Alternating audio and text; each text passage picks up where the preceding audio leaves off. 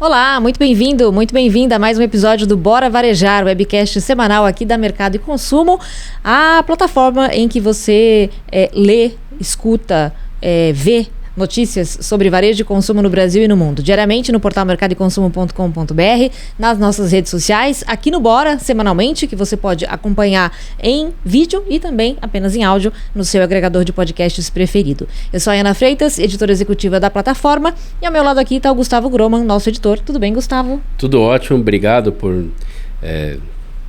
me chamar para dividir de novo a bancada aqui com você. E você falou, lê, vê, ouve, né?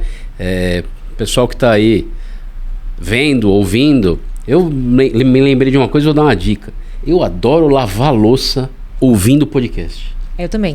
Eu ponho aquele fone grande assim, lavo louça, fico ali 20 minutos lavando louça. Você adora lavar louça ou você adora ouvir podcast? Porque adoro lavar louça é meio... Eu vou te falar que lavar louça é uma das minhas tarefas de casa. Sim. Porque eu não vou falar que eu adoro, mas eu não ligo. Eu fico ouvindo um podcast, ouvindo música e lavo louça tranquilamente.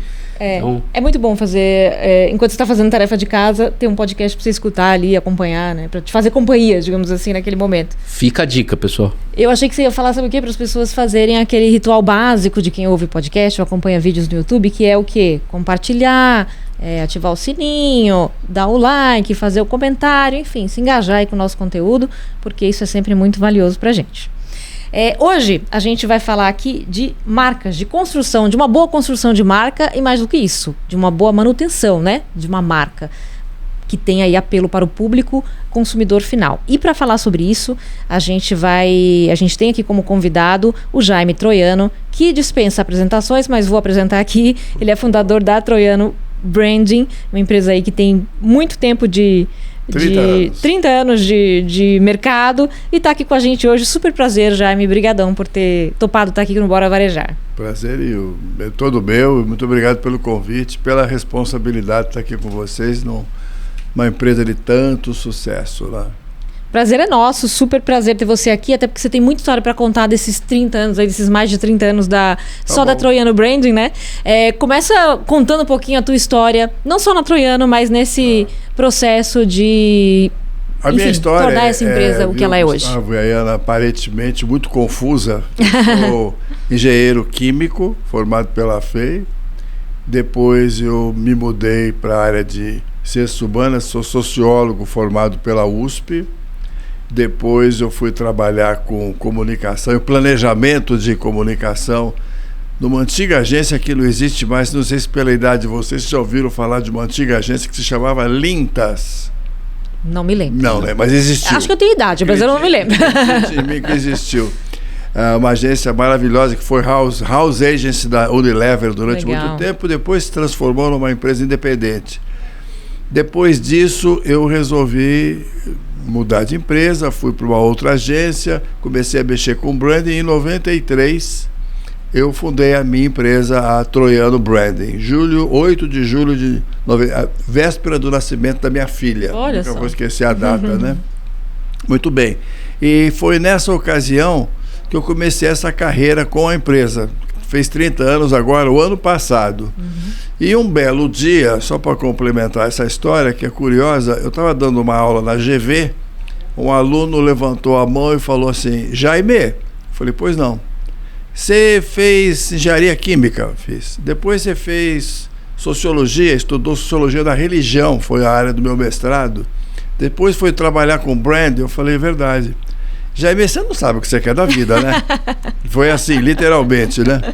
Eu falei, olha, eu vou te explicar o que aconteceu. E isso é importante para aquilo que a gente pode dialogar com vocês hoje. Eu sempre me interessei por entender aquilo que está debaixo da superfície. Em química, você faz isso o tempo todo. Em sociologia, idem, você entende sentimentos e razões de existir, atitudes de quem está diante de você, e você precisa entender. Em marca, a Ana e Gustavo, a mesma coisa. Marca não é aquilo que está aparente, mas é o que ela significa e que está por trás. Então a minha história, apesar desses idas e vindas, tem uma linha condutora. Você sabia o que você queria, sim, na verdade. Não, na verdade, olha, Hoje eu sei que eu sabia, mas eu não sabia antes que eu sabia. Mas é muito curioso mesmo você fazer esse link entre as coisas, quer dizer, você descobrir, inclusive na engenharia, o que está por trás das coisas, né? Engenharia química, engenharia química, se for engenharia mecânica seria diferente, mas na química é só o que você não enxerga. Verdade. E você chegou a trabalhar com engenharia química? Eu fiz estágio na Ródia durante algum tempo, mas aí Sociologia da USP me chamou e eu fiquei coração dividido. Terminei o curso, fiz um estágio, mas fiquei depois dedicado à Sociologia na USP. Nos áureos tempos do Ruth Cardoso, Fernando Henrique, Francisco Vefora, etc., década de 70, que o mundo estava pegando fogo, né? Época incrível para estar lá nesse momento, né? Você falou que a Troiano Branding tem 30 anos, né? Então a gente está falando ali começo dos anos 90.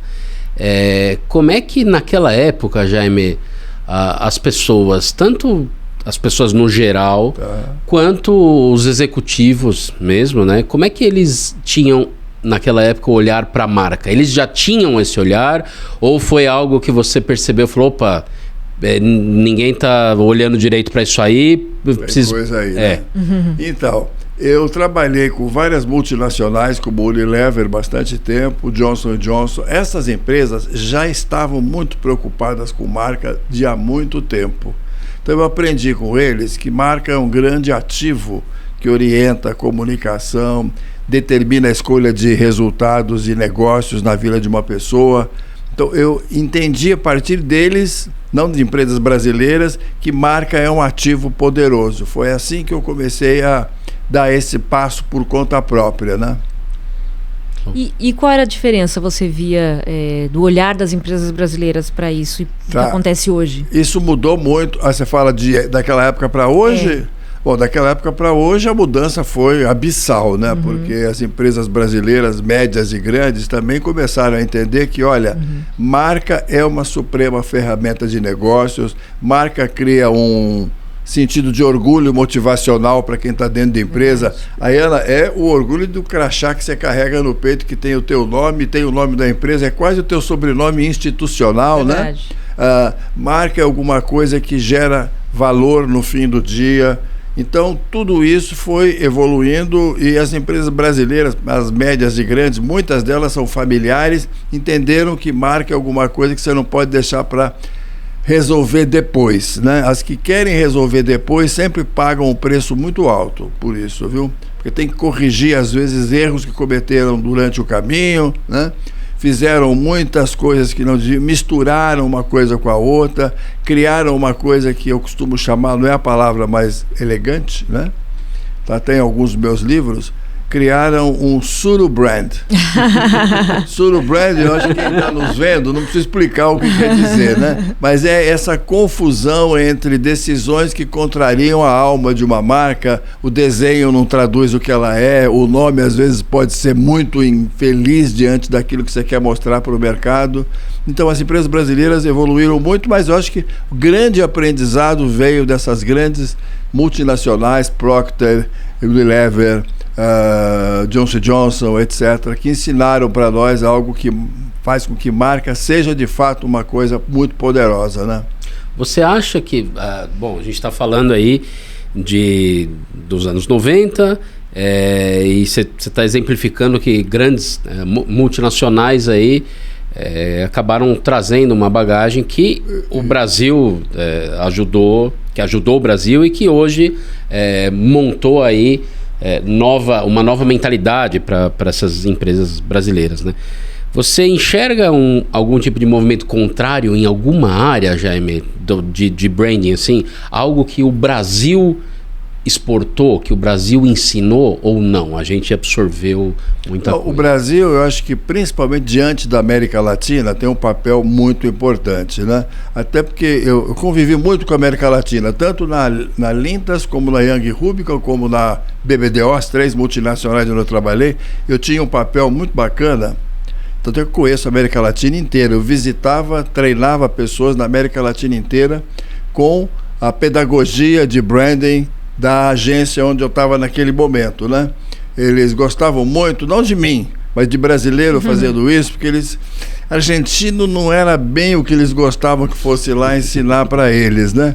Então eu aprendi muito com eles, mas eles aprenderam muito, não estou falando do meu papel, mas o papel das empresas brasileiras na América Latina foi muito importante, porque chegavam até nós ensinamentos e ideias que vinham dos Estados Unidos, principalmente da Europa, de alguma maneira a gente embrulhava isso de novo, traduzia para os latino-americanos. Então criou-se aí uma relação de muita fertilidade nesses contatos. Então nós fomos muito importantes para a América Latina, não tem a menor dúvida. Fazer um parênteses aqui, você falou dos seus livros, né? O Jaime tem uma característica que eu acho que combina muito com a característica do nosso publisher, que é o Marcos Gouveia, aqui da Mercado e Consumo e da Gouveia Ecosystem, que é compartilhar o conhecimento, né? Não apenas, enfim, essa generosidade até, né? Essa necessidade de compartilhar o conhecimento. Quantos livros você já lançou até hoje? 4 livros. Agora, esse ano ainda, acho que lá para o setembro, outubro, vai o 5º. Muito bom. Avise a gente para a gente dar na Mercado e Consumo. É legal. E por que você sente necessidade de escrever? Enfim, com quem você está falando? Qual é o teu público-alvo? Tá, você tem razão em relação ao Marcos. Eu conheço muito o Marcos de longa data. Eu sei que ele tem essa vertente também de disseminar conhecimento, né? Acho que são duas coisas. Uma, quando eu sei e não dissemino, eu perco um pouco a chance de mostrar que eu sei mais do que a média do mercado. A disseminação, por um lado, é algum ato generoso, mas por outro lado, tem um lado, vamos dizer assim, qual é a melhor palavra? Mercadológico. Mercadológico. Mercadológico tal, né? Um dos meus livros divide com todo mundo todas as etapas de um processo complicado de identificação do propósito de uma marca, né? Ou de uma empresa. E quando a gente fez isso, muita gente falou, mas vocês vão explicar para o mercado, vão abrir a cartola do mágico? Eu falei, não, eu quero fazer isso, porque quando virem como é que a gente faz, quem quiser fazer parecido faz, mas sabe que isso tem um dono, foi inventado pela Troiano Brand. Então, em primeiro lugar isso. Segundo lugar, porque tanto eu quanto a minha sócia, a Cecília Russo Troiano, na ordem que eu vou falar agora, tá? É minha esposa e minha sócia. Um dia eu inverti essa ordem. Muito bem. Então, nós dois escrevemos esse livro juntos, mas ela também tem essa vertente como escritora, tá? No 4º ou 5º livro, mais ou menos, sobre a vida, que ela fala da dificuldade da mulher com filhos, equilibrar a vida pessoal e profissional, chamado vida de equilibrista. Então a gente tem isso pela nossa formação. Sociólogos escrevem muito, psicólogos, ela é psicóloga, também escreve muito, e a gente acha que dividir conhecimento ajuda a formar novas gerações de profissionais. Total. E ele vira, de certa maneira, ou quem divide o conhecimento, como você falou, Jaime, vira referência também, né? Claro, exatamente. Vira referência. Eu não acho que eu tenho feito isso por isso, é porque eu gosto de escrever, de publicar, de dividir. Quem me conhece sabe disso, mas tem esse efeito colateral positivo, né? De ajudar a gente a ser reconhecido, né? Claro, e vocês são muito, né? Você falou uma palavra aí que eu queria puxar um pouco o nosso papo para ela, que é o propósito da marca, né? Tá. Hoje se fala muito em propósito, né? E às vezes até exageradamente e sem tanto critério, digamos assim, né? Virou um ativo importante, pelo menos as empresas falam muito disso. E você acabou de comentar que é um desafio imenso, né? Criar esse propósito, mostrar esse propósito. Como que é esse processo? Dá para resumir um pouco ele? E como é que a empresa, de fato, se coloca com um propósito realista e não apenas marqueteiro, digamos assim? Tá, bela pergunta, viu, Ayana? Quisera muito mais pessoas fizessem essa pergunta para mim, porque essa é a chave, né? Porque a gente ouve gente fazendo o seguinte: vamos sentar em volta de uma mesa, fim de semana ou à noite, vamos definir o nosso propósito? Tá errado. Vamos criar uma campanha para identificar juntos qual é o nosso propósito? Propósito não é alguma coisa que você impõe. Fazendo uma metáfora, propósito não é um perfume que se aplica na flor, mas é a fragrância que nasce da própria flor, né? Propósito é alguma coisa que existe dentro da empresa, que precisa ser escavado, né? E que é autêntico exatamente porque nasceu com aquela empresa. Diferente de missão, de visão, de valores. Nós fizemos um estudo uma vez comparando missão, visão e valores de algumas empresas, olhando nas paredes da empresa, a internet, a imprensa e tal, e chegamos à conclusão seguinte, que as palavras que usam-se para falar de missão, visão, são todas muito parecidas. De madrugada, Gustavo, você trocar o quadrinho que está na parede da empresa A com da empresa B, ninguém no dia seguinte vai perceber a diferença, né? Então eu acho que essas são coisas importantes, são missão, visão e inovação importantes, mas isso não individualiza uma empresa. O que individualiza uma empresa é a sua razão de ser, é o seu propósito, que é uma ideia que nasceu há algum tempinho já, para ser mais preciso, há 2.300 anos, numa formulação do Aristóteles, que dizia o seguinte: quando os seus autênticos talentos, as suas competências verdadeiras, se cruzam com as necessidades do mundo, aí está o teu propósito. Então, quando você quer identificar o propósito de uma empresa ou de uma marca, em primeiro lugar, você precisa escavar para entender que competências únicas ela tem. E com essas competências, como é que ela resolve problemas do mundo do lado de fora? Quando você faz essa conexão, que ele propôs há 2.300 anos, a gente tem uma definição clara de propósito. Ao contrário, como você mesmo falou, das grandes banalizações que existem hoje, porque as pessoas hoje confundem propósito com finalidade, com missão, com causa. Verdade. Né? Causa é uma coisa que você abraça hoje, amanhã você pode abraçar outra. Propósito está ligado à sua origem, à sua essência, à sua razão de ser. É mais fácil, Jaime, trabalhar o propósito de uma marca que é mais nova, porque ela foi criada mais recentemente, então pode estar mais fresco ali esse propósito. É mais difícil trabalhar o propósito de uma marca mais antiga, onde quem fundou já nem está mais lá. Como é que fica essa diferença? Boa pergunta. É mais fácil e mais autêntico com empresas que já têm algum tempo de vida, né? Mesmo que o fundador não esteja mais lá, alguém em nome dele sabe o que aconteceu na origem, quais foram os passos que ele deu, né? A gente tem muitos casos do livro que a gente escreveu, qual é o seu propósito, está bem descrito, que mostram como é que você tem que fazer essa imersão em empresas que às vezes têm. Me lembro de J. Macedo, eu lembro de AEG, eu lembro de empresas como a Caedu, que são empresas que têm muitos anos de vida, né? Não só na primeira geração, na segunda, na terceira.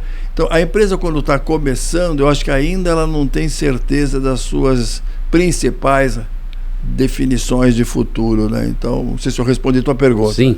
Muito bom. Sim. Achei curioso você usar essa palavra escavar, né? Que escavar, essa imersão mesmo tem que fazer na empresa, né? Você citou alguns cases aí, tem mais alguns que você poderia contar pra gente que foram marcantes, enfim, para a história da Troiano Branding? Posso.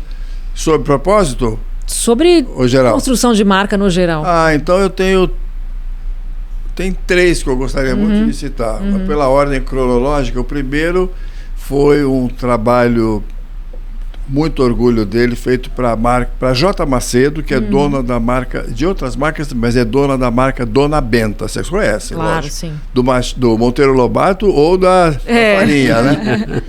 E um dia o seu Amarílio Macedo nos procurou, e o gerente de marketing da época, não me lembro o nome, Garcês, se não me engano, falou: vem cá, a gente vende muita farinha, eles são do Ceará, de Fortaleza, né? Mas ganhar dinheiro vendendo farinha é muito difícil, porque a margem, como você sabe, é mínima, né? Será que Dona Benta é só farinha? Essa foi a pergunta que eles fizeram, Ju. Foi assim: é só farinha? Eu falei: pode ser que sim, pode ser que não. Como assim? Como será que a marca Dona Benta está na gôndola mental dos consumidores? O que é a gôndola mental? Tem a gôndola do supermercado, vocês conhecem melhor do que ninguém, e tem a gôndola mental. A gôndola mental é onde está armazenada aquela marca e as suas possibilidades de desenvolvimento. Quando a gente fez esse estudo, a gente descobriu o seguinte: para muita gente já existia, embora não existisse, mas já existia mistura pronta para bolo Dona Benta, já existia fermento, já existiam massas. Você perguntar para uma pessoa: mas vem cá, existe isso? Existe, eu já vi. Né? No supermercado era muito gozado. Eu gosto muito de supermercado. O cara do supermercado sou eu na família, tá? Não me tire esse prazer. E de lavar louça também. Eu vi você falando de lavar louça, adoro. Se a gente estivesse junto, ia ter uma briga em casa, né? Pois é. Então, quando a gente fez esse trabalho, a gente ia a supermercados e ouvia o seguinte: uma pessoa conversando com a outra: olha, agora tem mistura pronta para bolo Dona Benta. A outra falava, não, mas já tinha, não tinha? Quando o consumidor diz para você, já tinha, é que você acertou na mosca, porque aquilo está na gôndola mental deles. Qual é a grande vantagem? Você precisa investir muito pouco em comunicação, em marketing, porque já está meio pré-preparada aquela presença no mercado, né? Então, a gente teve esse caso maravilhoso com Dona Benta. Esse é um caso, né? Você me falou de alguns casos. Eu queria citar um caso de que a gente tem muito orgulho, né? Que é um cliente que a gente atende desde 2017, chamado Aegea. O que é a Aegea? A Aegea hoje é a empresa privada de saneamento básico e distribuição de água. Aliás, não sei se logo ela não vai estar aqui em São Paulo com esse movimento que está acontecendo com a Sabesp. Eles estão atendendo hoje já 300 municípios no Brasil inteiro, fazendo limpeza de água, tratamento de águas e esgotos, distribuindo água limpa, etc. Bom, um dia nós fomos conversar com eles, uma concorrência, nós tivemos a felicidade de ganhar a concorrência. A gente adora a concorrência, viu? Só um detalhe, a gente adora a concorrência. Quando a gente perde, mais até em certo sentido do que quando a gente ganha, porque quando a gente perde a gente aprende muito, né? Quando a gente ganha, ganhamos, esquece porque ganhou.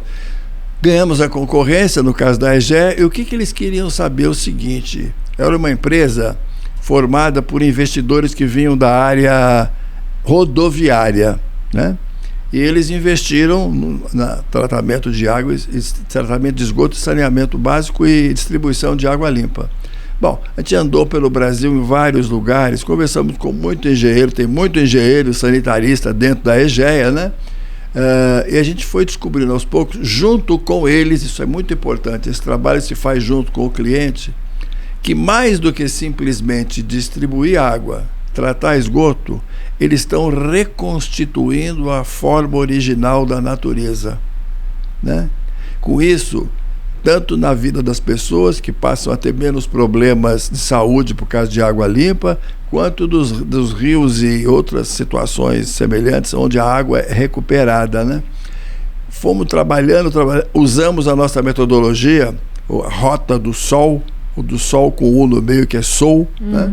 Para descobrir o seguinte, o que é a Aegea, que competências ela tem, que talentos ela tem, que necessidades tem o mundo, e daí sai aquela integração proposta 2.300 anos por Aristóteles, que é a seguinte: a Aegea tem um manifesto que termina com uma frase que sintetiza muito bem qual é o propósito da Aegea, que é: nossa natureza movimenta a vida. Isso é uma bandeira fundamental, porque uma empresa que está espalhada pelo Brasil inteiro, se não tomar cuidado, vira uma colcha de retalhos. Em todo lugar do Brasil onde você vai, as pessoas que trabalham na Aegea sabem repetir essa frase e viver isso, né? Nós estamos aqui porque a gente está, de alguma forma, reprogramando ou renovando as condições naturais. Esse é um caso de que a gente tem muito orgulho. Até hoje a gente trabalha com eles. Muito bacana. É nada fácil de colocar uma empresa de saneamento criar esse propósito todo para uma empresa de saneamento, né? Exatamente. E difícil por outra razão, porque tem muito engenheiro. Eu sou engenheiro, né? Eu sei como é que engenheiro pensa, né? Engenheiro acha que a melhor coisa que você pode fazer é ter um produto ou serviço de qualidade. Mas e como é que eu faço para as pessoas saberem que esse produto é de qualidade? Onde é que entra a comunicação? O engenheiro, às vezes, é meio arredio a isso, né? Eu vejo o Jaime falando, Ayana, e óbvio, a Aegea é cliente dele, né? Mas ele mesmo fala com esse fervor, assim, né? Com essa vontade. Imagino que o pessoal da Aegea mais ainda, né? Como é curioso quando a empresa tem ou é reconhecido e é espalhado o propósito, né? A gente gravou recentemente, Jaime, aqui com o pessoal com o fundador da Biscoitê, né? E o Raul falava muito, o jeito de falar dele sobre propósito, dá para ver o olho brilhando assim, né? E eu vi isso no Jaime, imagino no pessoal da Aegea. A gente sabe que nós temos o privilégio de trabalhar algumas áreas que geram resultados, lógico, senão a gente não sobrevive, mas gera um sentido de desenvolvimento da cidadania do brasileiro, de aumentar o processo civilizatório. A gente trabalha com essa área, trabalhamos com empresas na área de alimentos, na área farmacêutica, área educacional. Se for juntar tudo, é aquilo de que o Brasil precisa em última instância, né? Então, o olho brilha mesmo, brilha como profissional, mas brilha como cidadão, né? Exatamente, muito. Você acha que a maneira como as marcas são vistas mudou ao longo dos... Bom, você tem aí um histórico para dar para a gente de tempo que vocês estão com a empresa, né? De que forma mudou e como o consumidor olha para as marcas hoje, né? Hoje o consumidor tem muito mais acesso a informações sobre as marcas, tem as redes sociais, ele se envolve... para o bem ou para o mal, né? Muito mais ativamente com as marcas também. Como é que você vê essa evolução, digamos assim, do olhar do consumidor? O olhar do consumidor foi, entre aspas, pelo amor de Deus, se profissionalizando, entre aspas, né? Claro. Ou seja, ele está munido de muita informação nova, né? Vai desde um produto de consumo até um produto na área médica. Hoje, dificilmente um cara vai ao médico com um primeiro tipo de diagnóstico sem fuçar na internet, etc. Então, para dialogar com o médico, né? Então, a gente hoje está cercado de informações, como não estava antes, e como consumidor, eu tenho mais condições de tomar decisões corretas. Mas, a gente não pode esquecer de uma coisa, pessoal. O consumidor é movido, em última instância, por grandes emoções. 90% das decisões, isso é o que nos diz o nosso sócio americano, né? De Pittsburgh, 90% das nossas decisões não são tão conscientes quanto parecem, entendeu? Você perguntar para o consumidor por que ele comprou aquele automóvel, olhando para o Gustavo agora como homem, você vai dizer o seguinte: é muito comum, é um carro forte, é econômico, tem valor de revenda bom, essa marca. Por isso é. Daqui a algum tempo eu escuto o Gustavo falando assim: eu me sinto tão bem nesse carro, eu vejo que as pessoas me olham de um jeito diferente, né? É verdade ou é mentira? Né? Então é o seguinte: consumidor diz o que pensa, mas faz o que sente. Então, se você quiser entender de fato aquilo que move as pessoas, mesmo com mais informações como elas têm hoje, por favor, entenda o que a pessoa sente muito mais do que aquilo que ela te diz. Posso fazer uma metáfora meio mal educada? Ou a segunda do dia, né? Claro. Que é a seguinte: quando a gente faz exame de urina, a enfermeira, com homens é assim, com mulheres também dizem que é mais ou menos assim. Você recebe aquele potinho, né? Uma gaze para fazer uma asepsia, ela pede, por favor, colete a urina, mas descarte o primeiro jato. Muito bem. É isso que as pessoas em marketing e branding precisam entender. Não adianta ficar com a primeira resposta, como o caso do carro, né? Então, despreze o primeiro jato. Isso a gente leva muito a sério na empresa, porque é aí que a gente encontra a profundidade do sentimento, daquilo que move as pessoas. Muito bom. Ô, Jaime, você falou nessa sua resposta sobre redes sociais, né? Qual que é o seu olhar para as redes sociais hoje e o que elas fizeram com o consumidor, ou o que o consumidor fez com elas, né? Seja para o bem quanto para o mal, né? A gente tem ali o pessoal que eleva as marcas, tal, mas a gente também tem o pessoal, os haters das marcas, ficam de olho em qualquer atitude e tal. Como é que você enxerga o papel das redes sociais hoje na vida do consumidor e das marcas? Bom, o papel é, sem dúvida nenhuma, muito positivo, não daria mais para voltar no tempo, né? O que eu acho que acontece muitas vezes é uma precipitação digital de achar que qualquer coisa que eu ponha no ar me ajuda, né? Quando você começa a jorrar informações sem ter um foco, sem ter um ponto focal, você pode usar as ferramentas que você quiser, o que fica é quase nada ou fica confuso, né?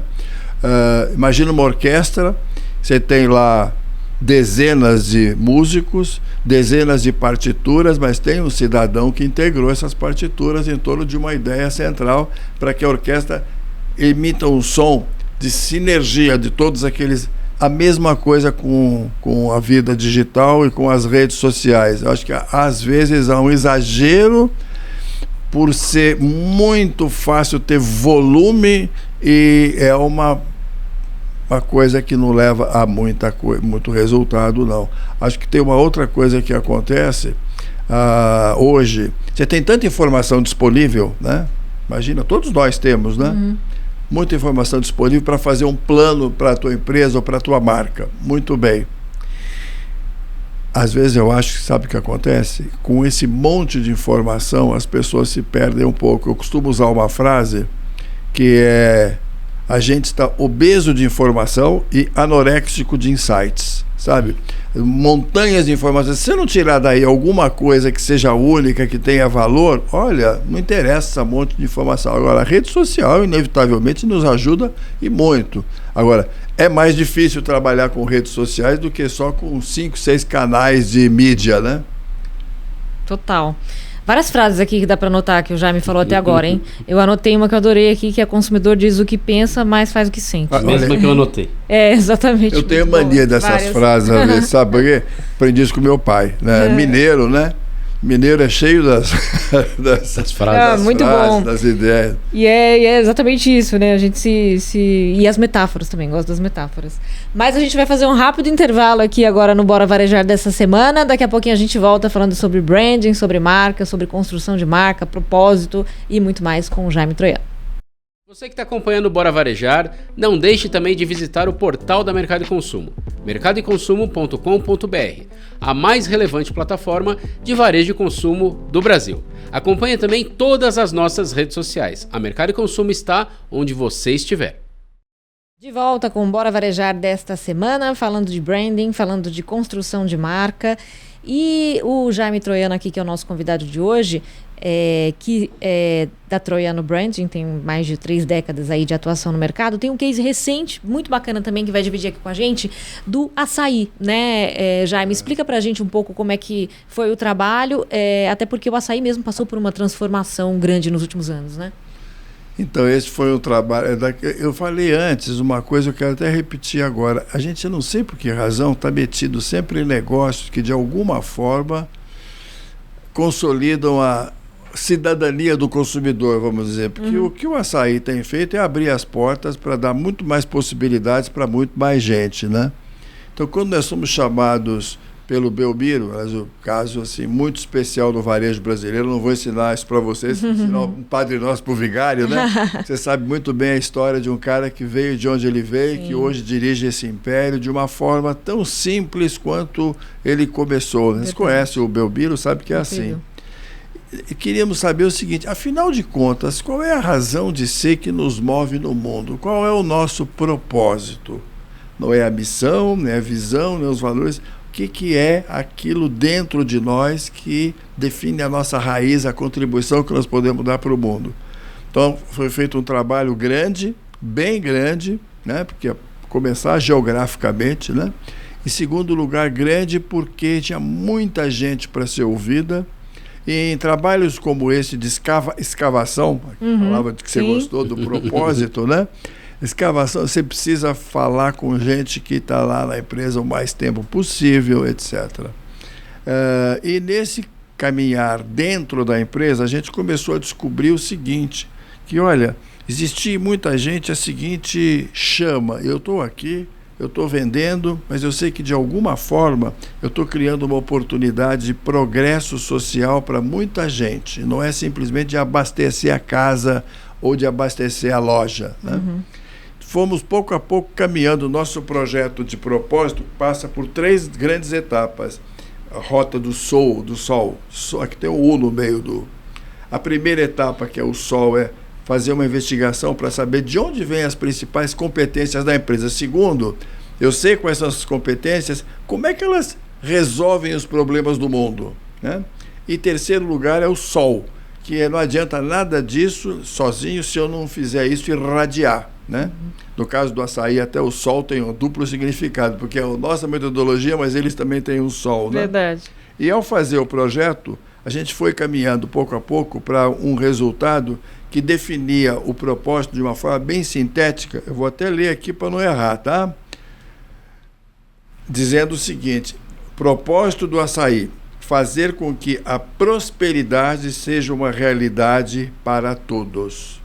Fico imaginando, isso aí tem um significado social, civilizatório, o nome que a gente queira dar, muito importante, né? Só que essa é uma frase longa que define o propósito da organização. Como é que isso se traduziu depois num posicionamento de mercado? A frase que define isso de uma forma muito sintética é para todos de sol a sol, que é o que o açaí tem usado por aí, né? Quer dizer, você usa até o sol, mas é o sol de uma maneira que irradia, convida e abastece os planos de prosperidade de todo mundo. Então, nós ficamos muito felizes de poder fazer esse trabalho, teve outros desdobramentos, mas a essência do trabalho com açaí foi essa. Muito bacana, um case realmente bem emblemático aí, né, de uma empresa que se reposicionou de alguma maneira aí no mercado, né, de maneira muito forte.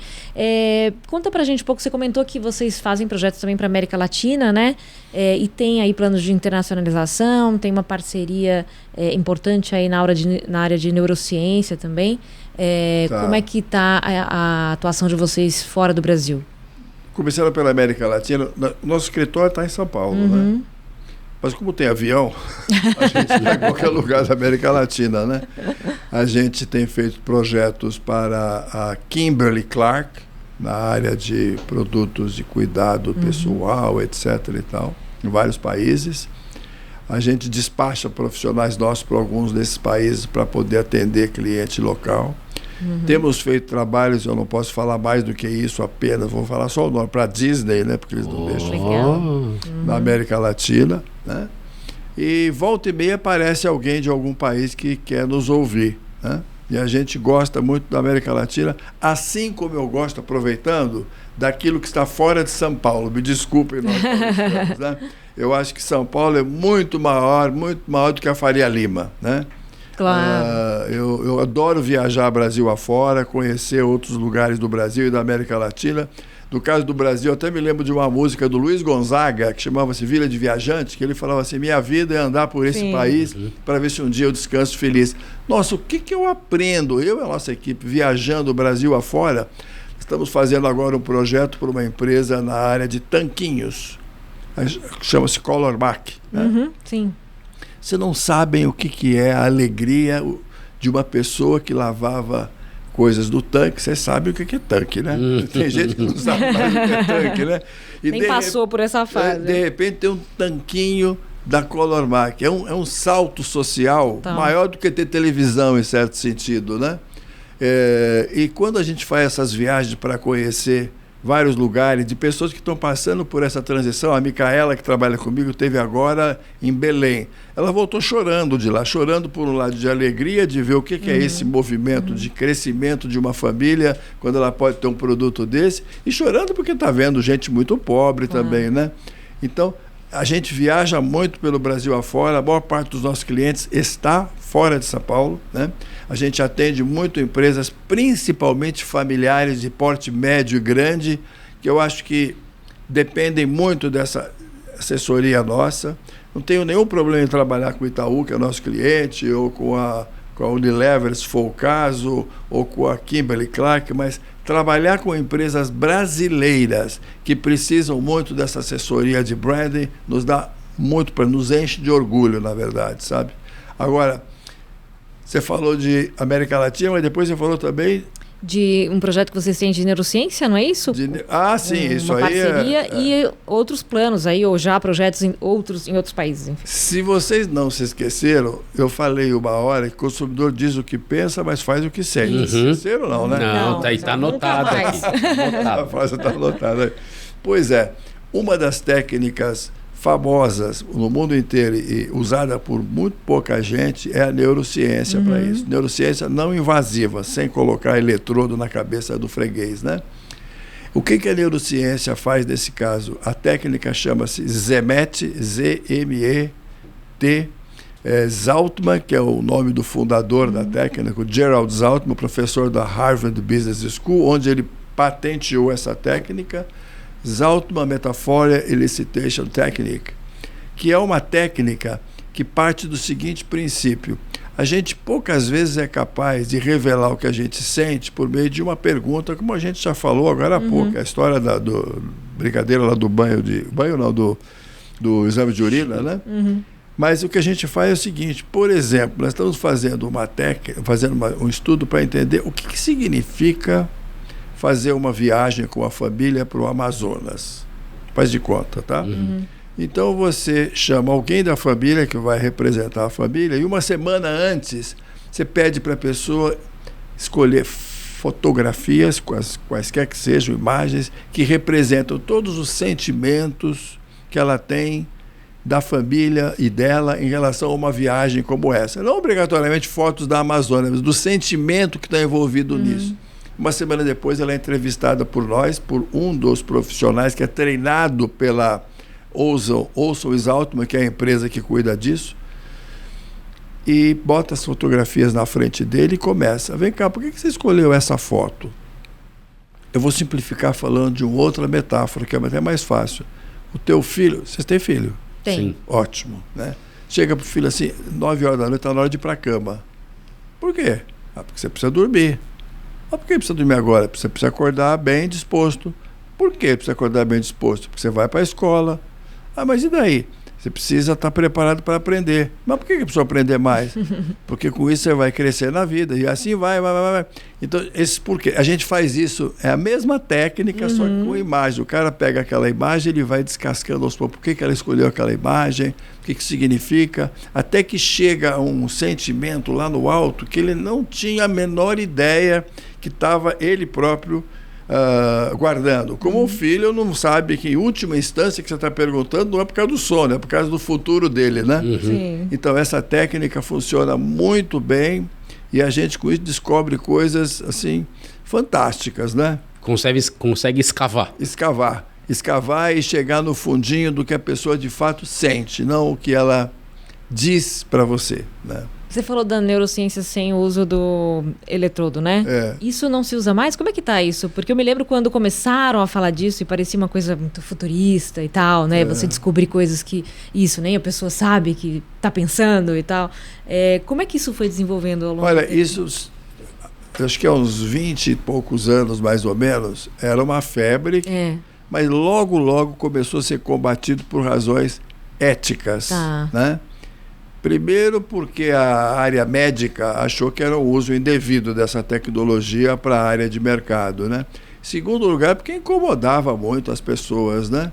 Então, o que o Zaltman fez nessa metodologia que está patenteada em Harvard, né, é criar uma forma de chegar a este fundinho da nossa alma, vamos dizer assim, sem precisar disso, fazendo a brincadeira, entre aspas, que a gente faz com o filho da gente para saber, em última instância, o que é importante para ele saber. É praticamente uma investigação terapêutica. Assim. Exatamente isso. E voltando para o meu ponto lá, no início da nossa conversa, perguntaram o que você faz da vida. O aluno da GV que falou, você não sabe. Não, eu sei o que eu quero da vida, eu quero descobrir isso que está no fundinho, porque é isso que move pessoas. Totalmente. E, Jaime, você falou muito de cases, né? E como vocês ajudam na construção das marcas, mas nesse escavar e descobrir esse propósito, né, tal. E o propósito da Troiano Branding? Nós somos movidos por um propósito que é construímos histórias de marca, inspiramos histórias de vida. Vou repetir, construímos histórias de marca junto com os nossos clientes e a gente sabe que essas marcas que a gente ajuda a construir ou a gerenciar inspiram histórias de vida nos seus clientes e consumidores. Tudo bem? Sim. Quer dizer, a gente, uma época... Foi bom que vocês me perguntaram isso, porque houve uma época em que a gente bateu a cabeça e depois... Não, pera, antes de começar a falar para o mercado sobre propósito, vamos pensar na gente. E chegamos a isso depois de longas e longas discussões e longa escavação, né? Total. Mas eu perguntei a Ana, porque ele tem o brilho no olhar mesmo, a hora que está falando, né? Total. Será que é porque eu operei catarata? Não. Não é não? Não, é um jeito simbólico de falar. Eu sou apaixonado por aquilo que eu faço, né? Apaixonadíssimo, trabalhamos muito. A nossa empresa, eu acho que é uma empresa de gente inquieta, né?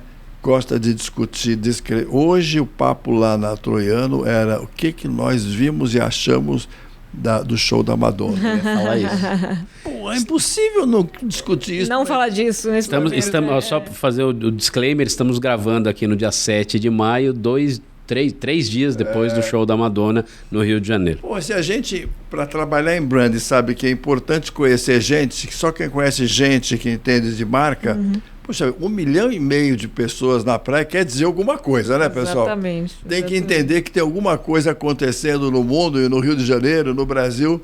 E o que nos ajuda a entender? Não sei decifrar ainda no detalhe tudo, mas que tem uma importância grande, todo esse tipo de observação. A gente é muito observador quando viaja, quando vai a uma loja, sempre. A gente tem um pouco o papel de ser um voyeur social. Se um dia você me convidar para ir na tua casa, você pode ter certeza que em determinado momento eu vou pedir licença, vou até a cozinha, até a tua despensa, eu vou no banheiro ver que você tem... Observar. A gente faz isso sempre. Ele é aquela visita que vai reparar em tudo, Natália. Não no sentido decorativo, mas... né? Muito bom. O que você imagina do consumidor do futuro, do consumidor atual, né? Como é que ele já está? O que você considera que as marcas, enfim, de maneira geral, a gente falou muito aqui sobre propósito, mas no que elas devem ficar atentas, principalmente diante desse novo consumidor, até do consumidor mais jovem, né? Que fala também, não sei se pratica tanto, mas fala muito que procura propósito das marcas, né? Olha, o propósito para a garotada mais jovem é muito importante até na escolha de um emprego. Hoje, eles querem um emprego, precisa ganhar dinheiro, não tem jeito, mas entre 2 empregos e uma empresa que tem um papel apenas comercial e uma empresa onde ele sabe que aquilo que ele faz pode e deve muda o mundo, é para essa que ele vai. Sim. Entendeu? Então, isso é uma coisa. Sobre o consumidor mais jovem, eu acho que é um público muito mais difícil de você equacionar, né? Porque ele sabe mais, porque ele é mais crítico, etc., né? Acho que ainda mais agora, quando as empresas com essa cultura ESG começar a transformar isso em realidade, né? Eles vão ser mais criteriosos ainda. Eles e todos nós precisamos ser, né? E outra coisa, você perguntou, me deu a chance de dizer o seguinte, eu acho que hoje eles estão sabendo mais separar o joio do trigo, porque tem tanta informação desnecessária, às vezes, em torno de muitas marcas, né? A minha sócia, a minha esposa. Tá gravando? Podemos editar. Ela falou outro dia numa entrevista o seguinte, que as empresas estão jorrando demais informações e estão se perdendo na falta de um foco. Até baseado num estudo publicado pela Accenture, né, que provava isso, né? Quanto de informação adicional, desnecessária você está colocando na cabeça das pessoas, onde elas se perdem. Então, acho que uma coisa importante no branding daqui para frente é ter uma visão mais humilde daquilo que de fato é essencial, né? Total. E aí, essa era a última pergunta, mas eu vou fazer mais uma, porque você me deu o gancho aqui. Opa! Que além desse consumidor estar mais ligado e ter muita informação, a concorrência também é maior, né? A gente tem muito mais opções hoje do que tinha anos atrás. É difícil você ser fiel a uma marca hoje, né? O que você acha que torna uma pessoa fiel a uma marca? Tá. Você falou de algumas palavrinhas que eu falei, você marcou, né? Eu vou pegar uma que você falou agora, que é fiel. Né? Nós temos um estudo que a gente faz há 29 anos, chamado de auditoria de marca. O que é isso? A gente entrevista pessoas em diversas áreas de negócio e, por meio de 13 perguntas aproximadamente, que variam um pouco de estudo para estudo, a gente classifica essas pessoas em 5 patamares de uma pirâmide. A marca que ela conhece ou desconhece. Se ela conhece, ela rejeita ou não. Se ela não rejeita e conhece, se ela tem familiaridade só pela marca ou algum sentimento a mais, depois do degrau quase em cima, tem preferência por a marca? Tem. É uma das marcas, mas não é a única. E lá no alto da pirâmide, o sonho dourado de qualquer empresa, quem são os clientes que idealizam a minha marca? Depois de analisar no Brasil, a gente já fez... o número exato é 4.300. 4.300 marcas já foram analisadas por esse processo, pela metodologia de auditoria de marca, em 29 anos. Ano a ano, Ayana, a gente foi percebendo que o nível de idealização que é aquilo que torna o consumidor mais cativo, foi caindo. Começou com 12, 10, mais recentemente está em 4. Quer dizer, você tem, em média no Brasil, 4% de pessoas em algumas categorias de negócio que idealizam uma marca de que ela não abre mão. Tá certo, você tem algumas marcas famosas que tem idealização de 30%, você pega uma Coca-Cola, pega a Omo, etc. e tal. Mas, em geral, é muito difícil você manter a fidelidade com tanta concorrência, como você falou, né? Com tanta possibilidade de comparar e com tantas, às vezes, descaminhos que as empresas fazem. Eu vou mudar, não vou falar mais com ela. Você é fiel a alguma marca? Algumas, sim. Confesso que sim. Mas assim, mesmo? Fiel mesmo, assim, pensa? Não, acho que depende do preço. Não, eu acho que eu sou assim. Não, acho que tem produtos, tem categorias que a gente se acostuma a consumir no dia a dia que a gente acaba fidelizando por hábito, como a frase do Jaime, que a gente faz o que sente, né? Por histórico familiar, por, enfim, memória afetiva. Acho que tem isso. A essas marcas eu considero que eu ainda sou bastante fiel. Você não perguntou para mim, mas eu vou te contar uma coisa. Tem um livro, aliás, eu fiz o prefácio desse livro no Brasil, do Martin Lindstrom, que é um grande profissional de branding dinamarquês, né? Chamado Brand Washed. É um trocadilho com brainwashed, brand washed, né? E no prefácio do livro, nas introduções do livro, ele fala o seguinte: olha, eu fiz um teste comigo. Durante 3 meses, eu falei, não vou usar as marcas de que eu gosto, vou usar qualquer outra marca. Eu vou fazer a expressão que ele usou foi um brand detox. Muito bem. Depois de 3 meses, ele falou, olha, essas 5, 6 marcas eu não consigo deixar de usar. Elas falam de mim, falam quem eu sou, elas têm intimidade comigo, mas todas as outras, não. Então, você tem um núcleo de marcas cativas, né? Você perguntar no meu caso, adoro Gillette. Né? Os Gillette, sei lá, desde o tempo que vocês não sabiam que existia um negócio de duplo gume. Sim. Gillette é uma marca, Quaker, o jornal Estado de São Paulo, tem algumas marcas, mas não sei se chega a 10 não, viu? Então, eu estava pensando nisso, né, enquanto vocês estavam falando, e tem realmente algumas marcas que eu uso ali e tal, mas que eu consigo me movimentar ali em relação a preço, né, e aí vou para uma concorrente que é de qualidade e tal, e assim, rapidamente aqui me ocorre uma marca específica de mochilas para trilha, viagem, assim, que é uma marca alemã que chama Deuter. Tá. Qualquer mochila que eu for comprar, que são mochilas mais um pouco mais caras, um acabamento e tal, eu não vou comprar de outra marca. Por quê, Jaime? Aí eu não sei. Eu preciso entender. Nós temos 2 problemas de disputa. Um, lava-louça, e outro, você precisa ver a marca da minha mochila. Tá aí, vou te mostrar. É muito própria. Bom. Olha só, tá vendo? É a mesma marca que eu uso. A Deuter? Eu te mostro aí. Deve ter alguma coisa aí por trás dessa marca, então, que faz vocês... Melhor marca de mochila do mundo. Bom, estamos chegando ao fim de mais um Bora Varejar, aqui recebendo o Jaime Troiano. Poderíamos falar mais um pouquinho com o Jaime aqui, se desse, né? Tem muita coisa que a gente não falou, acho que a gente poderia... ESG, por exemplo, a gente nem tocou nesse assunto quase, né? Tem tanto para falar disso, é um tema tão latente e também tem tanta marca fazendo coisa errada aí, né? Tem muito. Várias fazendo coisa certa, né? Exatamente. Tem marca fazendo coisa certa também, claro, tem marca que tem isso na essência, mas enfim, isso fica para outro Bora, já está convidado a voltar aqui com a gente. Mas antes da gente terminar, a gente tem um quadro chamado Checkout, em que a gente pede que o nosso convidado fale para a câmera, diretamente ali para a câmera, e dê um recado final para quem acompanha a gente, que geralmente é, enfim, um empresário, varejista de médio, grande porte, pequenos varejistas também, que se inspiram nos grandes, né? Para fazer seus negócios, indústrias, enfim, para quem está aí acompanhando semanalmente o nosso Bora. Que resposta, hein? Tipo a Marília Gabriela, que tem aquela frase tipo no final, isso, né? Exatamente. Bom, em primeiro lugar, muito obrigado. Esse papo passa tão rápido, né? Muito gostoso. Parabéns para vocês, parabéns pela empresa, por tudo que vocês fazem no Brasil, né? Muito feliz de estar aqui. E como mensagem final, eu como profissional que adoro branding, que adoro entender pessoas e, portanto, daí ajudar clientes a construir marcas, né?